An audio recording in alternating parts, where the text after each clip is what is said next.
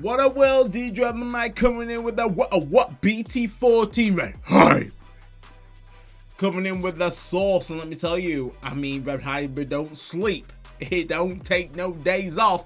And let me tell you, I reckon it still be clapping those cheeks in BT14 for sure.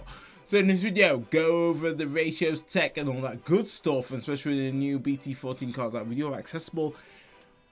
It means that this deck is going to be more efficient, which we always love. So if this is a video for you as I go through the ratios, then stick around and enjoy. And if you're new to the channel and you like what you see and you want to dip your feet into the waters of Red Hybrid, then make sure you subscribe and hit that notification bell, because I do videos on the reg. But let's dive straight in, because we waste no time, because I like to make videos too long. So going in with the eggs, it's going to be standard. It's going to be a 4 Koromon. So it's not the Yokomon magic right now. We've evolved. We've stepped up. Because Koromon means that we can be a little bit more aggressive, which, I mean, that's the whole premise of Red Hybrid. Going for that aggressive, going for face, breaking jaws, and taking names. So with this is your turn, once per turn. When a card is removed from your opponent's security stack, draw one. Glorious. I mean, why would you not swing in, go for the draws? Happy days. One thing that we need to mention here, because I don't want you guys getting rule shot, is going to be that if you proc an option, options have priority. So depending on what that option is, you will not get the draw, unfortunately. And I want to give a massive shout out to Saint and Crimson Shock in the Discord for really going in and just kind of helping me learn the interactions of this card, because I feel like this is something that's going to trip a lot of players out, especially if you're new as well. Like, we don't want new players caught slipping.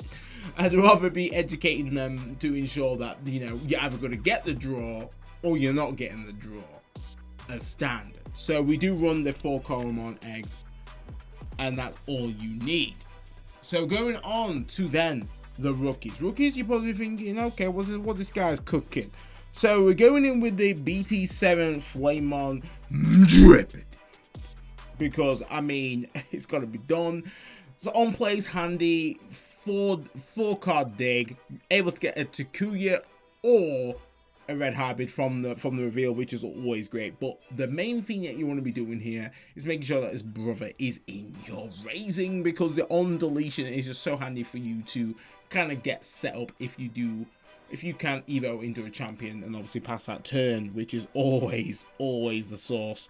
Then we go in with the BT12 Flamemon. This great for just setting up trash, able to basically trash a hybrid card from your hand and then draw 2. That's always the worth. Inevitable, give you some more DP boosts by 2k, huge. Ideally, you want to be having this in order for your Emperor grade to be deleting big bodies on the field. Then we go in with the free flame BT4 Flamemon. This is great searcher, able to possibly net 2 cards if you do reveal a Tamer and a hybrid card from the reveal, which is always the source right there. And then we go in with the 2 Pokemon. So you're probably thinking, why the frick is this brother running 2 Pokemon?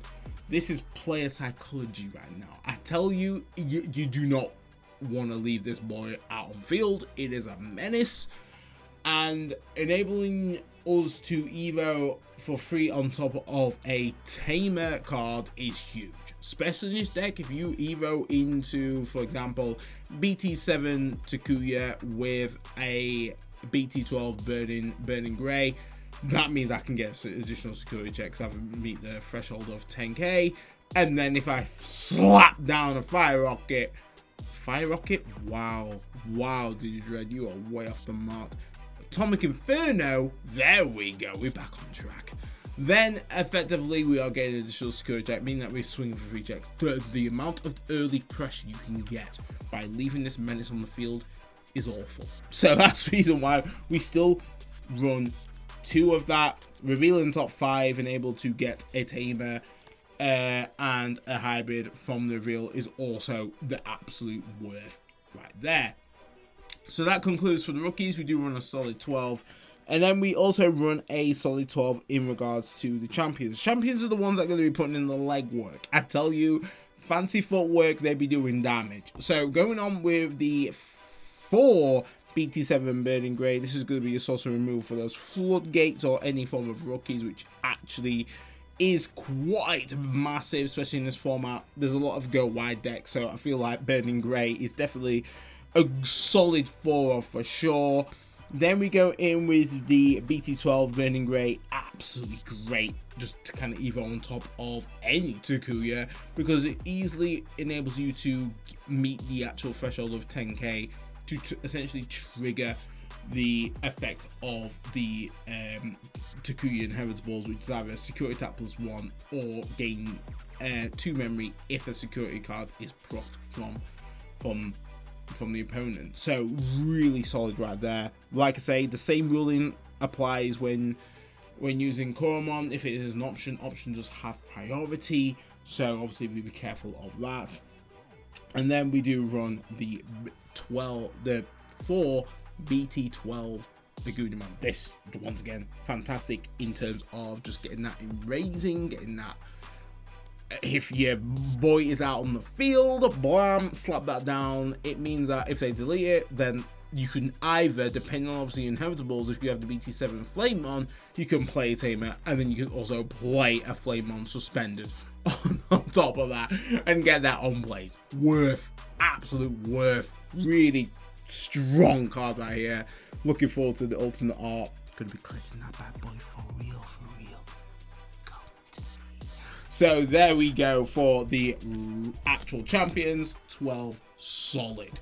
So then, going on to the ultimates, we keep it plain and simple, like freaking Kingdom Hearts. We're going in with the 4 Aldemon. This is all you need. Like, realistically, you either want to see that in trash or you want to be seeing it in your hand. Depend on the scenario, but having a delicate plan on legs is just the worth. Having that additional DP as well is massive. 4,000 when digivolving on top of a hybrid, banging, absolutely strong. Means that your Ember Grade can be popping into some serious big numbers, depending on obviously the opponent's board.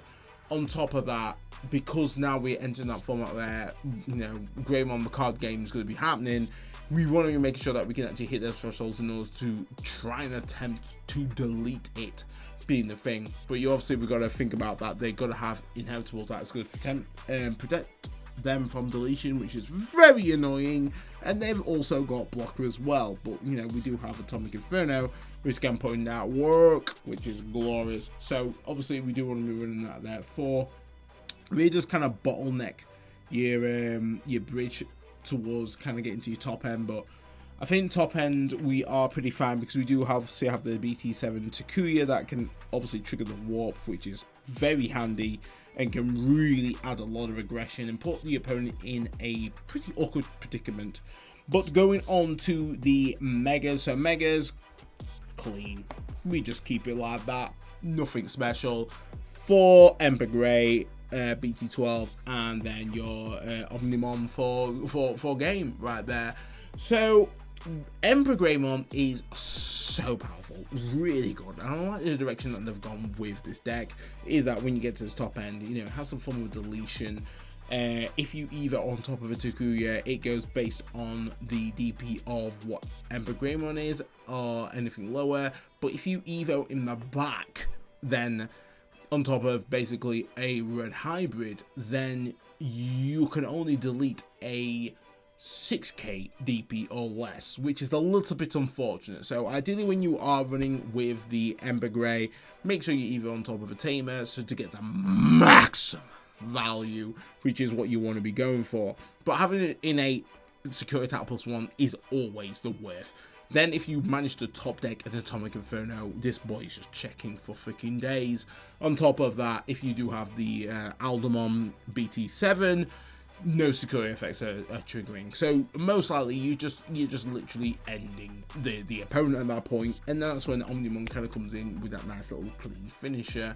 Depending on obviously how your board state is looking, if you do have another Tamer out and you have 2 memory, boom, hybrid for game. There's a lot of ways that a red hybrid can end games, and there's a lot of cards that can facilitate. If we can't quite meet the requirements of ending games swiftly, we can just throw in a cheeky little option which will just help us kind of you know, make sure that the opponent is folding the mat and choking it up on Limitless. So there we go right there for the Megas.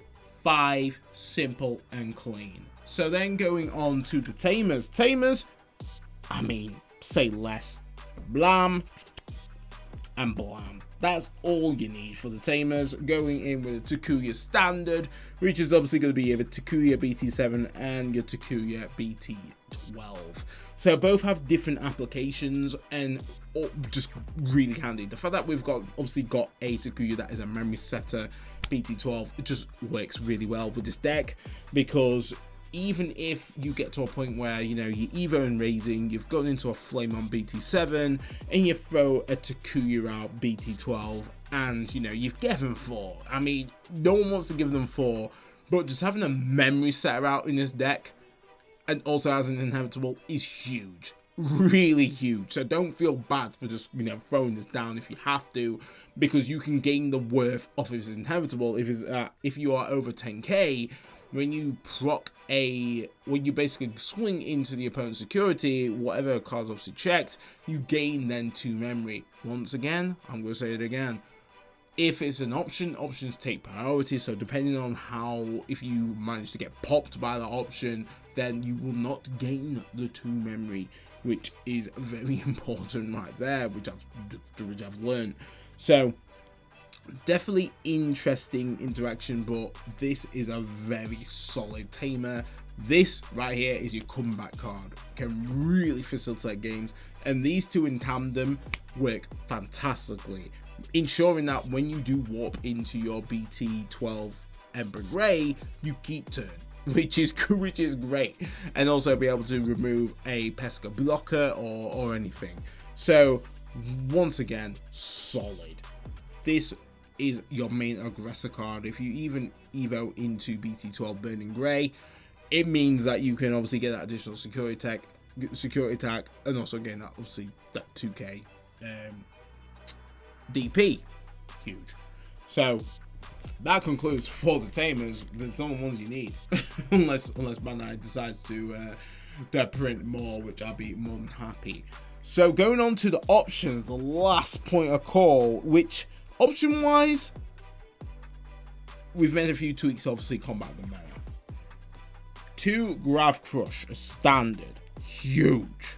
We still rock the 4 Atomic Infernos because they are broken. For this deck, prop from security, your whole board gets security attack +1, and that's even Digimon that are not even all that present. So if you either on top of your Takuya or your Tamers or whatever you push out, yeah, they've also got additional security attack. Really huge if you prop in security and the opponent is just kind of looking at you like, it's looking a bit rough here, and they have to kind of think of what memory to kind of place you on, because obviously we can kind of run away with that at that point.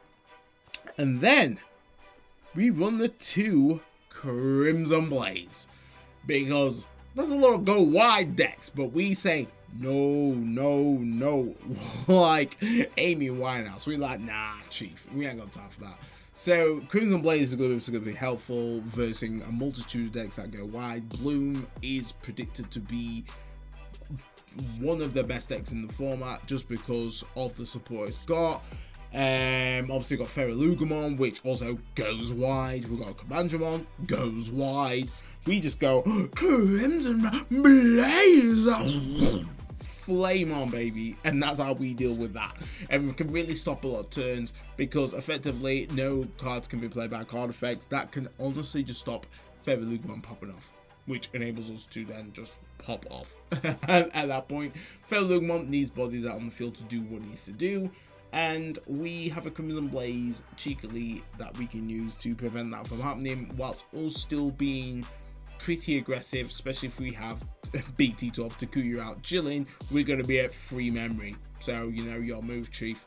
And then Grav Crush. Grav Crush is just such an enabler in order for you to extend your plays, kind of finish game, depending on obviously how much Tamers you do have on field. I ain't gonna lie, it blows balls if you get this insecurity. You're like, wow, I've done nothing to my face being protected. I'm just getting smacked and I'm not enjoying it at all. But, you know, when you do have it in hand, it's good times. So, yeah, that concludes with the options. Keep it nice and spicy. It means that our security is not like freaking glass. So that concludes for the red hybrid profile. Let me know what you think. I think this is really solid. I know a lot of people don't run Pokemon, but I think Pokemon has a lot of psychological kind of play. Like, you have to remove it because you just, as a red hybrid player, when you have Tamers out, we just run with it. So they have to do something about it. And that's why I do like Pokemon. The 5 range dig is also beneficial like there, especially since Mesmer deck is obviously hybrid requirement, and obviously those Tamers which we can grab, always the source. But that's your boy done. If you enjoyed the video, please smash it with a like. We've really grown this channel out here, and I want to thank everyone for the awesome support. It's been fantastic, and yeah, I'm not going anywhere, and hopefully I can keep educating everyone. And also as well, I do learn from you guys too. So, you know, drop it in the comments what you think and all that good stuff. But stay safe, stay fly, and I catch you in the next one. Digidread off the mic.